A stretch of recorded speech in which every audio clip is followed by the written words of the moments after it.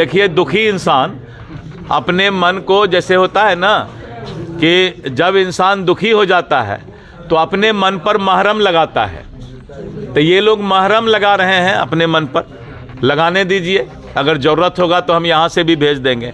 कि घर में जो हमारा कपड़ा सिलाई होता है, जो कतरन बचता है, उस कतरन का भी, यानी वेस्ट मैनेजमेंट, ऐसे चीज़ जिसको हम फेंक देते हैं, क्या उसको हम जमा करके, संजो करके समाज के लिए कुछ नया चीज़ बना सकते हैं क्या? नमस्कार, आप देख रहे हैं खबरीलाल लाइव और मैं हूं आपके साथ निधि सिंह। देखिए, आज बीजेपी कार्यालय में जहां पीएम मोदी के द्वारा मन की बात कही गई, जिसमें कहा गया है कि जिस तरीके से विलुप्त हो रही हमारी गौरैया चिड़िया को लेकर के बात कही गई, एक पेड़ माँ के नाम को लेकर बात कही गई, बहुत सारे मुद्दे पर आज पीएम मोदी ने आज मन की बात कही। तो इसके मुद्दे पर आपको बता दें, बिहार के प्रदेश अध्यक्ष बीजेपी से दिलीप जायसवाल कहते हुए नजर आ रहे हैं कि पीएम मोदी ने बहुत ही सौगात देने का काम किए हैं। तो वहीं नेता प्रतिपक्ष तेजस्वी यादव पर भी हमलावर होते हुए क्या कुछ कह रहे हैं दिलीप जायसवाल, पहले उनके इस पूरी वीडियो को सुने।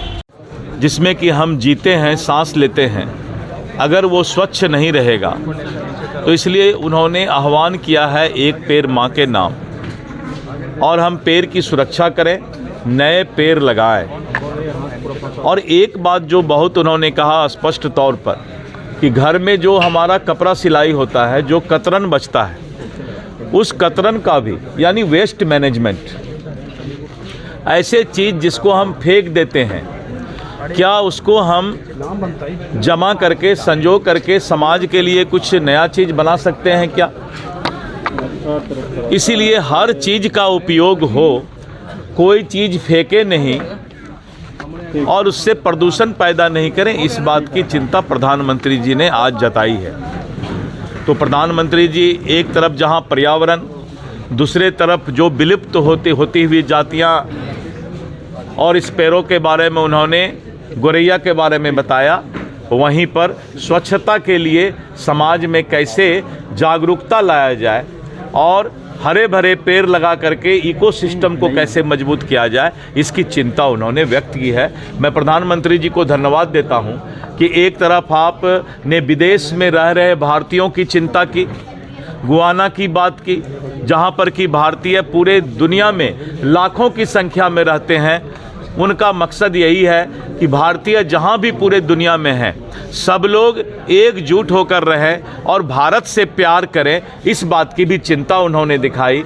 तो मैं प्रधानमंत्री जी को धन्यवाद देता हूं कि इतने सूक्ष्म तरीके से आप देश का प्रबंधन कर रहे हैं, ये बहुत बड़ी बात है। ये देश निश्चित रूप से 2047 में विकसित होगा, मैं ऐसी कामना करता हूं और प्रधानमंत्री जी को धन्यवाद देता हूं। चारों सीट हार गए और ओवर कॉन्फिडेंट बोल रहे हैं कि 25 में हमारी सरकार बनेगी। देखिए, मैंने पहले ही कहा कि आप लोग निकालते नहीं हैं, जब मैं बोलता हूं तो आप लोग निकालिए भी, कि उस आदमी ने थेथरोलॉजी की डिग्री ली हुई है। कोई थेथर हो जाए, अब 4 सीट हार गए, उसके बाद भी बोल रहे हैं कि हम कॉन्फिडेंट हैं। शाहबाद और मगध की धरती पर हारे हैं, इस बात को भी ख्याल रखें। और उन्होंने अपना सब तर्कस निकाल लिया, सुपुत्र अलग गए, पिताजी अलग गए, और सबके जाने के बाद जो हालात रहा है, उसके बाद भी कोई थेथरोलॉजी का डिग्री लिए हुए है, तो बिहार में अपना भविष्य अपने पैर पर कुल्हाड़ी मार रहे हैं, तो हमको क्या दिक्कत है, मारे। कह रहे हैं सर कि 2024 में लोकसभा हमने जीता था, चुनाव हारे हैं, 2025 में फिर से उन सीटों पर। देखिए, दुखी इंसान अपने मन को, जैसे होता है ना कि जब इंसान दुखी हो जाता है तो अपने मन पर महरम लगाता है, तो ये लोग महरम लगा रहे हैं अपने मन पर।